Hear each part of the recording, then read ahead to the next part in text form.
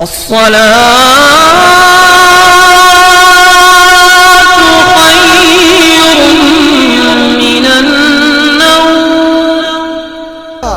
علیکم ورحمۃ اللہ وبرکاتہ. میں ہوں رشید اختر اور آپ دیکھ رہے ہیں سجاد نظامی ورلڈ. دوستو، آپ نے ہر طریقے کی ویڈیو میرے چینل سجاد نظامی ورلڈ پہ دیکھ رہے ہیں اور انشاءاللہ تعالی آج کا ویڈیو بھی کچھ اسی طریقے کا ہے.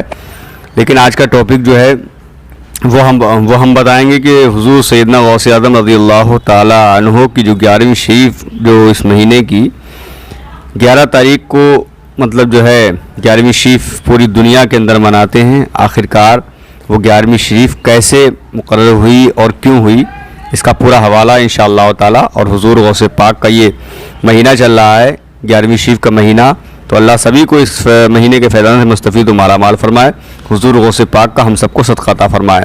تو آئیے یہاں سے ہم ویڈیو شروع کرتے ہیں. اس سے پہلے اگر چینل پر نئے ہیں چینل کو سبسکرائب کر لیں، بیل آئیکن کو پریس کر دیں، ویڈیو کو لائک ضرور کریں اور حضور غوث پاک کی محبت دل میں ہے تو انشاءاللہ تعالی ویڈیو کو شیئر ضرور کریں زیادہ سے زیادہ، اور شروع سے لے کے یہاں سے لے کے آخر تک ویڈیو کو ضرور دیکھیں. آئیے ہم یہاں سے شروع کرتے ہیں.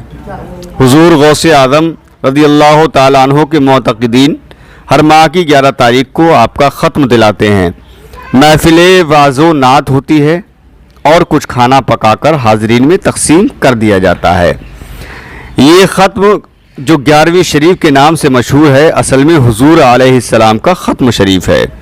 علامہ یافعی رحمۃ اللہ علیہ نے اپنی کتاب قرۃ الناظرہ میں لکھا ہے کہ ایک دفعہ حضور غوث پاک رضی اللہ تعالی عنہ نے رسول کریم صلی اللہ علیہ وسلم کی فاتحہ دلائی. وہ نیاز اس قدر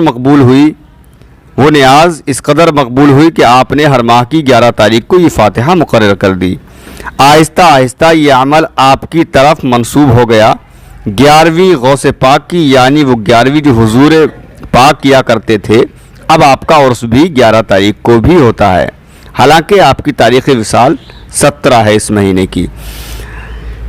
شیخ محقق رحمۃ اللہ علیہ یعنی کہ شیخ عبدالحق محدث دہلوی رحمۃ اللہ علیہ اپنی کتاب ماسبت بالثنا میں فرماتے ہیں 11ویں شریف ہمارے ملک میں مشہور ہے اور یہی ہمارے مشائخ کا معمول ہے.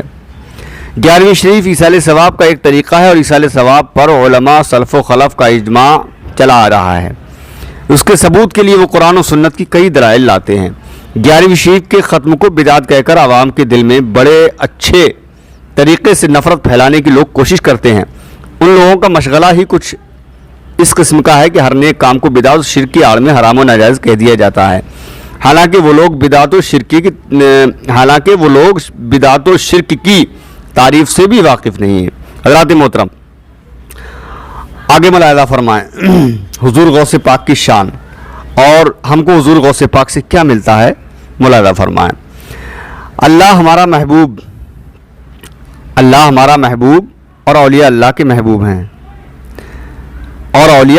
محبوب ہیں جب یہ اللہ کے محبوب تو ہمارے بھی محبوب ہیں. دوست کے دشمن کو ہم اپنا دوست نہیں بنا سکتے اور دوست کے محبوب کو ہم اپنا دشمن قرار نہیں دے سکتے.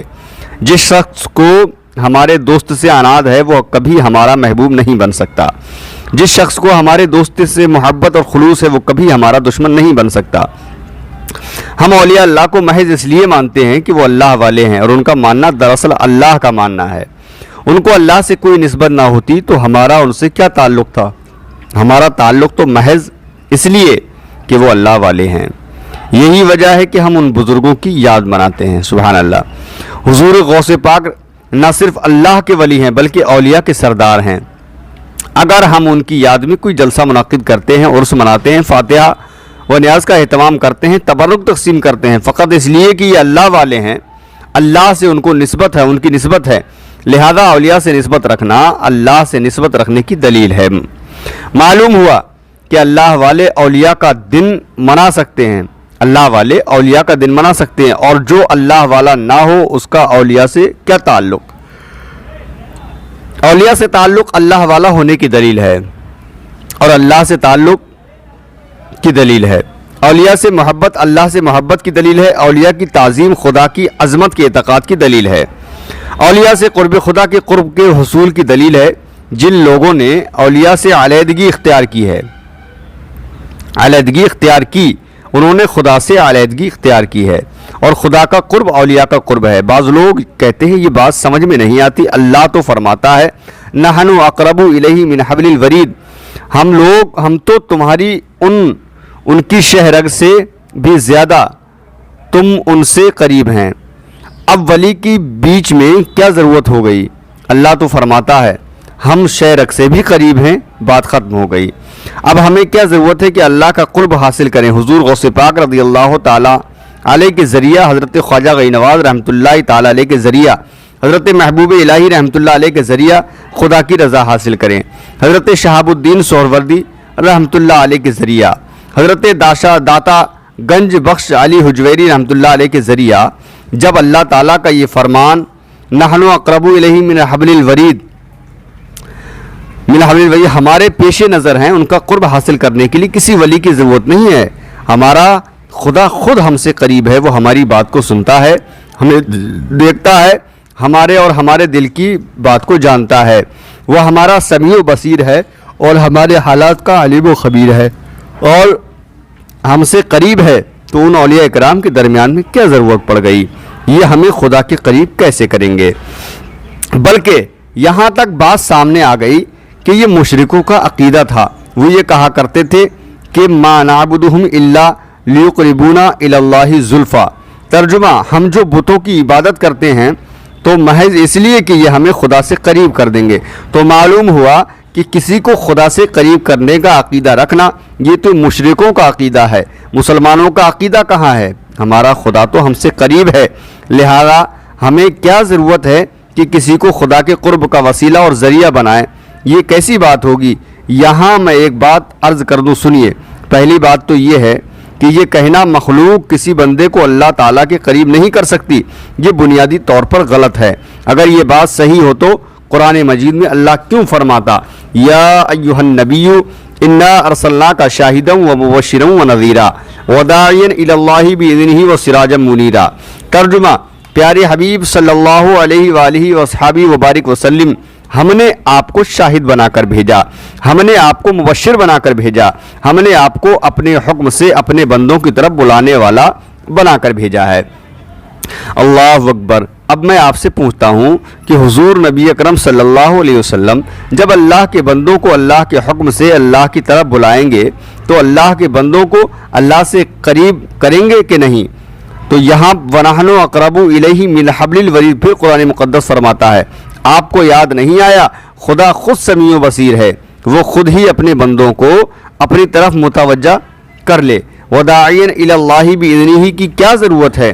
اگر نبی کا آنا حکمت پر مبنی ہو سکتا ہے تو اولیاء کا وجود بھی حکمت پر مبنی ہو سکتا ہے۔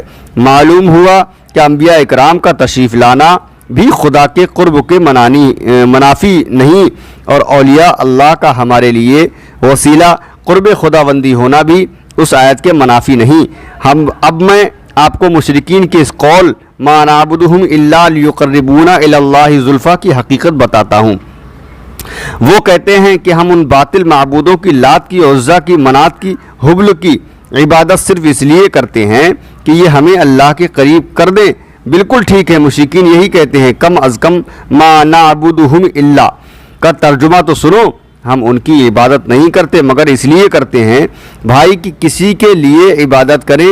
عبادت تو کرتے ہیں اور عبادت بھی بتوں کی کرتے ہیں، کس لیے کرتے ہیں یہ علیحدہ چیز ہے کہ ان کی غرض کیا ہے، مقصد کیا ہے، مگر وہ بتوں کی عبادت کے قائل ہیں۔ الحمدللہ ہمارا ایمان ہے، ہمارا معبود سوائے اللہ کے کوئی نہیں، ہم نہ حضور غوث پاک رضی اللہ تعالیٰ عنہ کی عبادت کرتے ہیں، نہ ہم حضرت خواجہ غنی نواز رحمۃ اللہ علیہ کی عبادت کرتے ہیں، نہ ہم حضرت خواجہ شہاب الدین سہروردی رحمۃ اللہ علیہ کی عبادت کرتے ہیں۔ ہم کسی ولی کی عبادت نہیں کرتے، ہم کسی نبی کی عبادت نہیں کرتے۔ اگر خدا کے سوا ہم کسی کو عبادت کرتے تو وہ محمد صلی اللہ علیہ وسلم کی عبادت کرتے، مگر ہم ان کی بھی عبادت نہیں کرتے۔ ما نعبدہم الا لیقربونا الی اللہ زلفیٰ، مشرکین کہتے ہیں ہم ان کی عبادت کرتے ہیں، غیر اللہ کی عبادت کرنا یہی تو شرک ہے، اور ہم کسی کی بھی عبادت نہیں کرتے اور کسی لیے بھی نہیں کرتے۔ یہاں دو باتیں ہیں، ایک تو مشرکین غیر اللہ کی عبادت کرتے ہیں، دوسرے اس لیے کہ وہ انہیں خدا سے قریب کر دیں۔ میں پوچھتا ہوں بتوں میں خدا سے قریب کر دینے کی صلاحیت ہے؟ یہ صلاحیت تھی، یہ تو ان میں خدا سے قریب کر دینے کی صلاحیت تھی، اور نہ وہ معبود ہو سکتے تھے، کیونکہ معبود تو صرف ایک ہی ہے۔ اول تو یہ کہ ہم اولیاء کی عبادت نہیں کرتے، پھر یہ کہ اگر ہم انہیں قرب الہی کا وسیلہ اور ذریعہ سمجھتے ہیں تو واقعی یہ قرب کا وسیلہ اور ذریعہ بننے کی اہل ہیں، اور بتوں میں یہ اہلیت کہاں تھی؟ وہ وسیلہ قرب الہی ہونے کے لیے صلاحیت نہیں رکھتے تھے۔ دوسری بات یہ ہے کہ ان کے ماننے والے ان کی عبادت کرتے تھے، اور ہم اولیاء اللہ کو ماننے والے ان کی عبادت بھی نہیں کرتے، اور اولیاء اللہ خدا کی بارگاہ میں قرب کا وسیلہ ہونے کی صلاحیت بھی رکھتے ہیں۔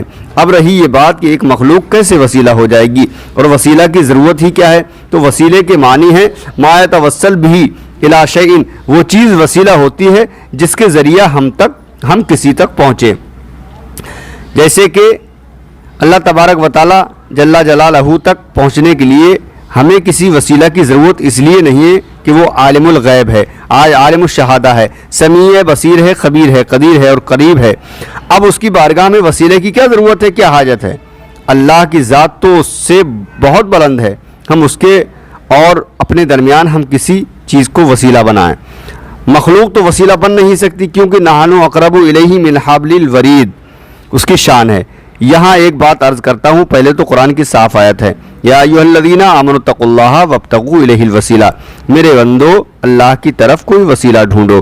یہ میری بات نہیں، قرآن ہے، حدیث بھی نہیں ہے جس کو لوگ ضعیف کہہ دیں یا غلط کہہ دیں، یہ تو قرآن کی آیت ہے۔ اللہ فرماتا ہے وابتغوا الیہ الوسیلہ، اس کی طرف کوئی وسیلہ ڈھونڈو۔